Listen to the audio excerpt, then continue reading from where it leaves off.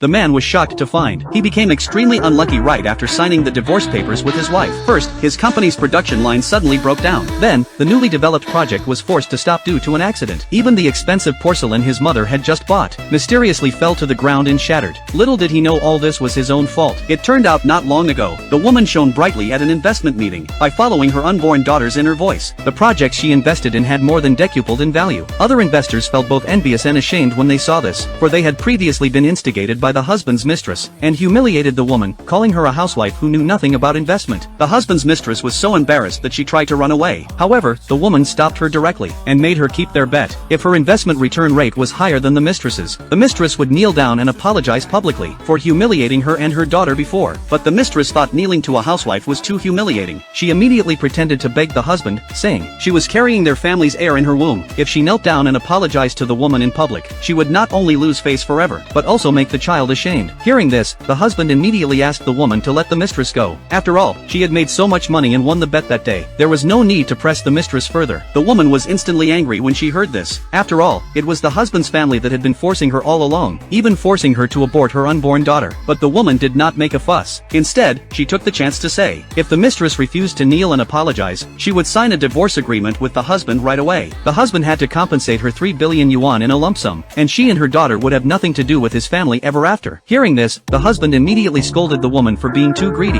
However, the woman said the money was a good deal to buy the face of his future wife and the family's heir. Hearing this, the husband stopped arguing, but his assistant couldn't help reminding him that taking out 3 billion yuan at once would affect the company's operations. Still, to save face, and out of compensation for the woman, the husband finally insisted the assistant transfer the money. Then the two signed the divorce agreement on the spot. But right after signing, the husband suddenly felt as if he had lost something precious. At that moment, the woman also heard her unborn daughter's inner voice, saying her connection with her father was completely broken, and the good luck she brought to her father's family was gone forever. Sure enough, the next second, the assistant rushed to tell the husband their production line had completely broken down due to machine failure, and would take at least half a month to repair. The husband felt very strange when he heard this. After all, such a thing happened right after he divorced his wife, which was too coincidental. However, he didn't think much about it, and hurried to handle the accident. But in the next few days, his company suffered various accidents one after another. Each accident caused him heavy losses. Fortunately, the man received good news that day. He learned that the chairman of a top consortium had returned from abroad and was looking for partners. The man thought he could recover his losses if he got the cooperation, so he took the initiative to ask for cooperation. But the chairman said he had returned mainly to find an antique that his late wife had sold to help him start his business. Whoever helped him find it would cooperate with him. Seeing this, the man immediately sent people to look for it. Meanwhile, on the other side, the woman had become more and more wealthy from her previous investments. She therefore planned to build a group, but